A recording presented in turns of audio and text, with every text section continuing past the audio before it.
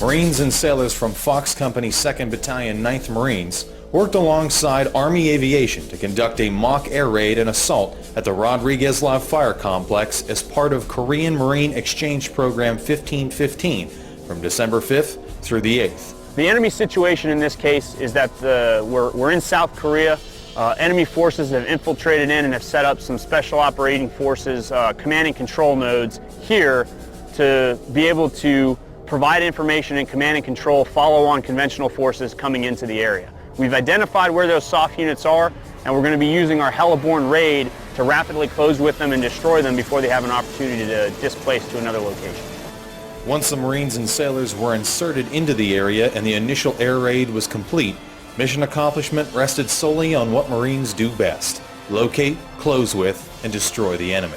The fire team leaders are predominantly in charge and just maneuvering their teams, keeping them under control, pushing them throughout the shoot house. The most challenging is just keeping control of the fire team, because you don't want to run them. You don't want to run a fire team or squad too fast, because then you become complacent and you start missing things.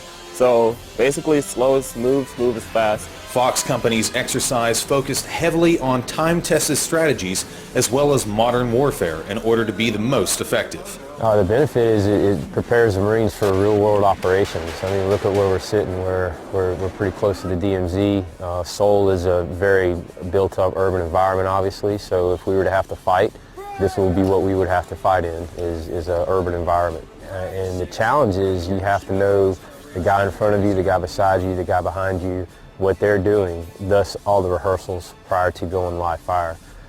Any mount has challenges of itself, but when you add live fire with it, and you also add the factor that this is something the Marines haven't done a lot of, it becomes pretty complex. Whether in the air, land, or sea, the goal of any bilateral training is to build not only confidence, but ensuring mission accomplishment. The reality of it is, if we're going to go anywhere in the world and do real-world operations, we're going to go and play with who's available, who's there. That could be Marine Aviation, it could be Army Aviation, it could be Air Force Aviation. We have to be able to work jointly.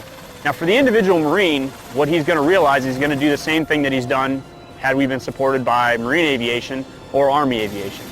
But the other side of that is he's going to get a chance to experience what it's like to actually be on the helicopter, get off the helicopter, to see Apaches, to see Kiowas in support, doing simulated close air support on the objective.